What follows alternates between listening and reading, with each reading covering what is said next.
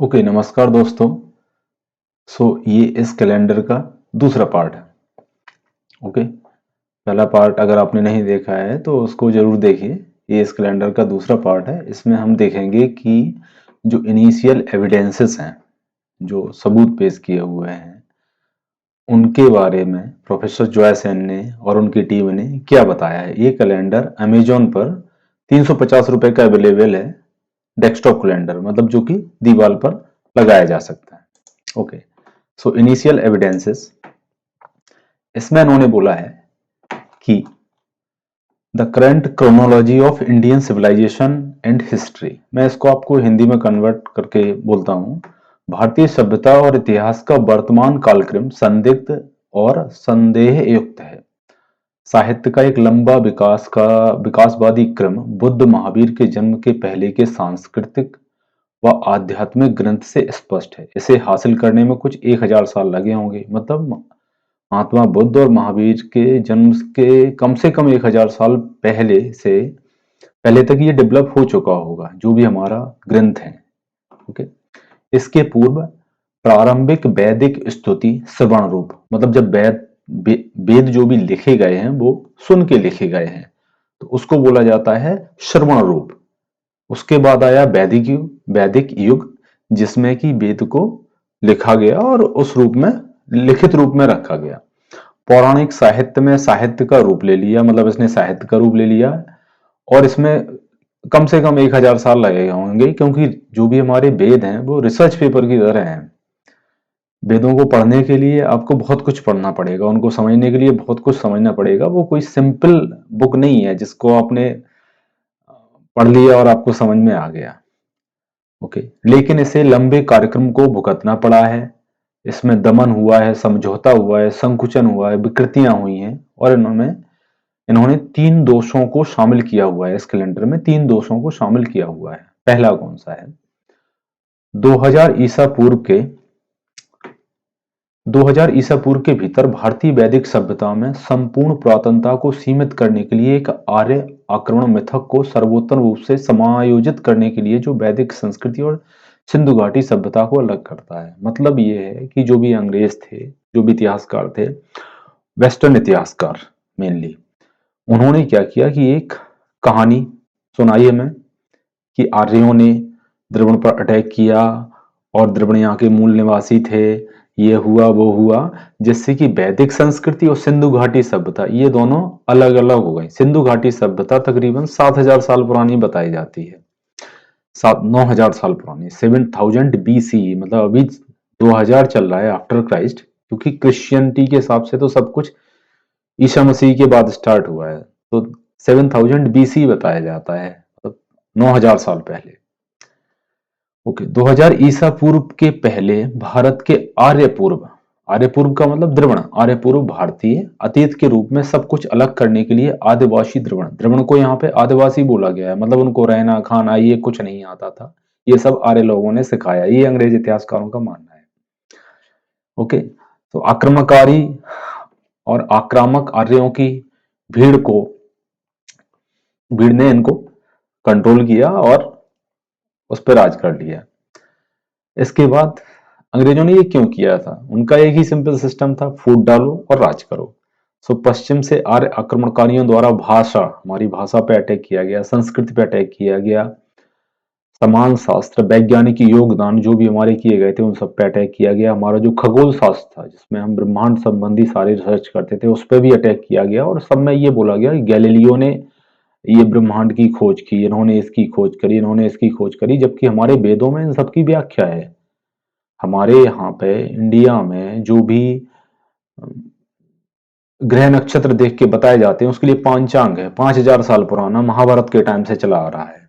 कम से कम महाभारत के टाइम से तो है ही। उसमें आप देख के किसी भी आप गांव में पंडित के पास चले जाओ, वो आपको बता देगा कि इस दिन सूर्य ग्रहण होगा, इस दिन चंद्र ग्रहण होगा, इतने टाइम पे होगा, इतनी घड़ी में होगा, वो बता देगा। तो गैलीलियो ने खोज करी, ये अंग्रेजों ने बोला। भाई जो हम पे राज कर रहा है वो जो भी बोलेगा ठीक है, उसकी बात मानी जाएगी। ठीक है, और इन्होंने क्यों किया? क्योंकि वो कहीं ना कहीं एक नस्लवाद भरना चाहते थे, जो कि बाद में बहुत बड़ा रूप लिया, जिसके कारण वर्ल्ड वॉर वन हुआ, मतलब विश्व युद्ध एक हुआ, विश्व युद्ध दो हुआ, उसी के कारण हुआ, नस्ल भेद की नीति के कारण। यही आर्य की जो थ्योरी है, इसी के कारण अकबर, सॉरी, हिटलर भी मानता था कि हम आर्य हैं और आर्यों को पूरी दुनिया पर शासन करना चाहिए, क्योंकि उन्होंने पूरी दुनिया पर शासन किया हुआ है। ओके, सो इसके परिणाम स्वरूप भारतीय ज्ञान प्रणाली दोष पूर्वाग्रह विकृतियों के आगे झुक गई है। इस कैलेंडर के 3 पार्ट हैं। सो फर्स्ट, जनवरी फरवरी मार्च अप्रैल में इन्होंने क्या बताया है। कैलेंडर के पहले 4 पृष्ठ आरंभ करते हैं मुख्य बात, जिसे या तो औपनिवेशिक इतिहासकारों द्वारा टाला गया या हेरफेर किया गया।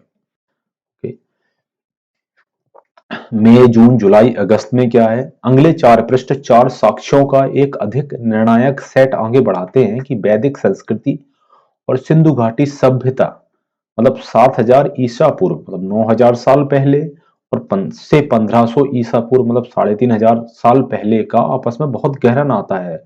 और ये सबूतों के हिमखंड का एक सिरा मात्र है। मतलब जैसे बर्फ का टुकड़ा अगर पानी में डूबा हुआ है तो उसका केवल 10% भाग ऊपर रहता है, बाकी 90% नीचे रहता है। तो ये जो सबूत पेश किए गए हैं ना, ये केवल 10% है, बाकी जो 90% जो भी हैं वो सारे इन्होंने पढ़े हुए हैं, और वो सारे इनसे जानकारी करके उपलब्ध कराए जाएंगे शायद बाद में। ओके, अंतिम जो 4 पार्ट हैं, अंतिम इसमें हुआ सितंबर, अक्टूबर, नवंबर, दिसंबर, ये 4 जो हमारे कैलेंडर के पार्ट होंगे, उसमें औपनिवेशिक शासकों के पहले कारणों को आगे बढ़ाते हैं। मतलब इसमें ये बताएंगे कि ऐसा उनको क्यों लगा और ऐसा इन्होंने क्यों किया।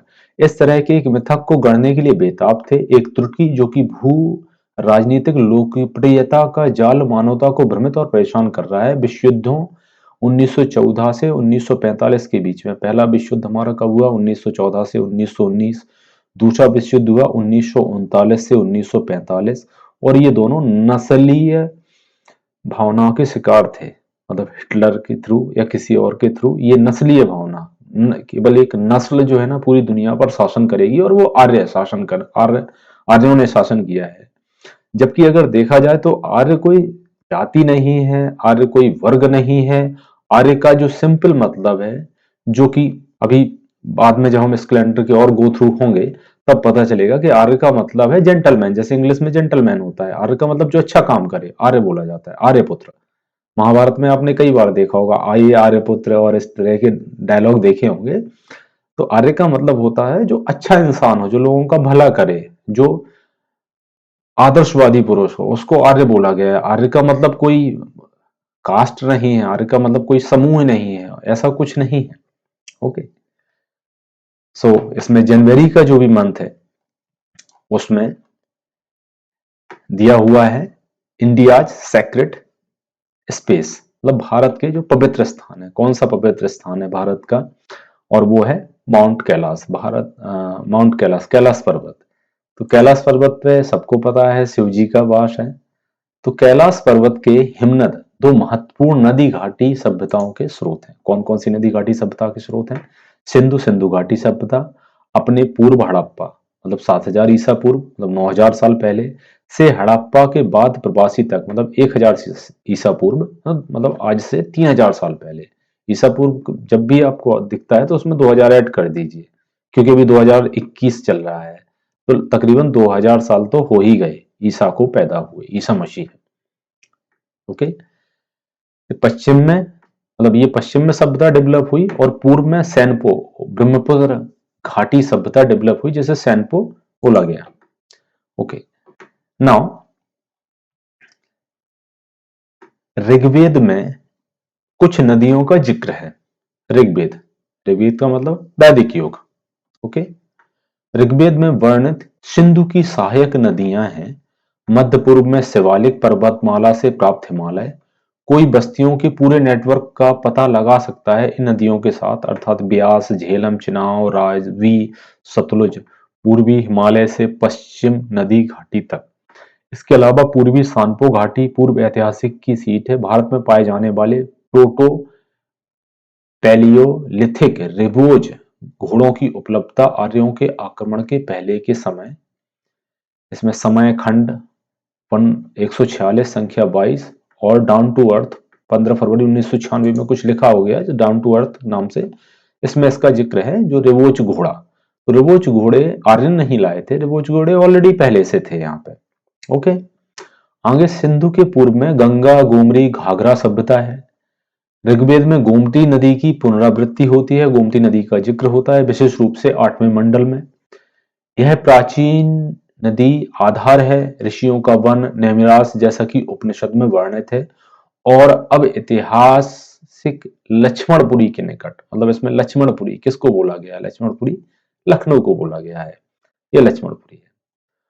ओके, औपनिवेशिक इतिहासकारों ने बार बार भारतीय सभ्यता के पूर्व पश्चिम प्रक्षेप वक्र से परहेज किया है। उन्होंने जाली यूरेशियन के माध्यम से, यूरेशियन का मतलब यूरोप और एशिया के माध्यम से पश्चिम से एक आक्रमणकारी कदम बताया, जिसमें कि उन्होंने बोला कि 2000 ईसा पूर्व आर्य आए थे और उन्होंने अटैक किया, अटैक करने के बाद ये सारा कुछ नष्ट हुआ और द्रविड़ के ऊपर कब्जा किया आर्यों ने। ओके, और सिंधु घाटी की पुरातत्व व्याख्या इसीलिए गलत की गई है, मतलब अभी जो पढ़ते हैं वो सारा कुछ गलत पढ़ते हैं, ये क्लियरली उन्होंने साबित किया हुआ है। जब हम आगे और वीडियो देखेंगे तो उसमें पता चलेगा। ये वीडियो का सेकंड पार्ट है।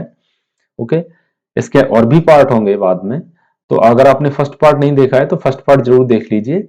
और इसके और भी जो भी वीडियोस और भी जो भी पार्ट्स हैं वो बहुत ही जल्दी अवेलेबल करा दिए जाएंगे। अगर आपको ये वीडियो अच्छा लगा हो तो इस चैनल को लाइक करें, शेयर करें और चैनल को सब्सक्राइब करें और इस वीडियो को शेयर करें। Thank you.